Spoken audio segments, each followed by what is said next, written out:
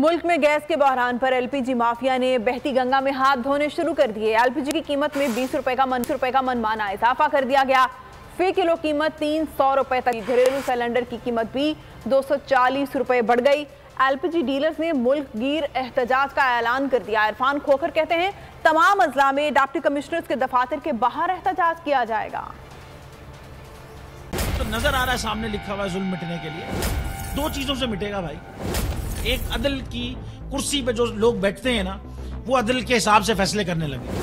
दूसरा कौम निकल खड़ी हो जुल्म के खिलाफ, तो जुल्म खत्म हो जाएगा। या इन दोनों में से कोई एक चीज हो जाए या दोनों हो जाए। अगर 420 का मुकदमा था, उस वक्त अदलिया में जो लोग बैठे हुए केस देख रहे थे, वो पूछते ना यार चीट हुआ कौन है। जब उनको दिखता कोई चीट नहीं हुआ, केस खत्म कर देते। तो जालिम जुल्म कर ही नहीं पाता।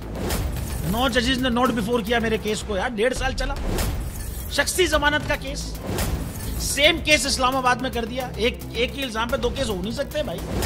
मतलब 60 दिन का वक्त होता है। 102 दिन के बाद मैं जीत गया, केस बरी हो गया। 102 दिन के बाद अपील फाइल की, एक्सेप्ट कर ली। नहीं करते ना एक्सेप्ट, खत्म हो जाता ना जुल्म यार। भरी अदालत में मुझे बरी कर दिया, फिर पता नहीं क्या हुआ 2.5 घंटे बाद का नोट बिफोर।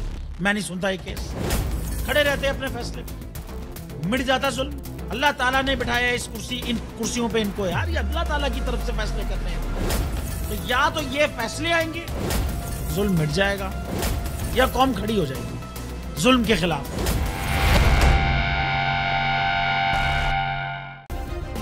सब्सक्राइब करें और बेल दबाएं ताकि कोई खबर रह न जाए।